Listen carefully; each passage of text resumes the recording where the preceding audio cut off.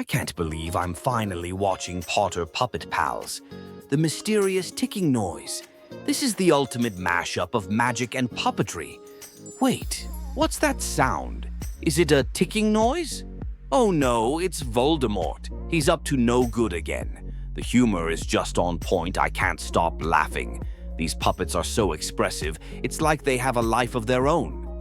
I love how they blend the wizarding world with pure silliness. If you haven't seen it yet, you're missing out on a classic. Check it out and prepare for some serious giggles.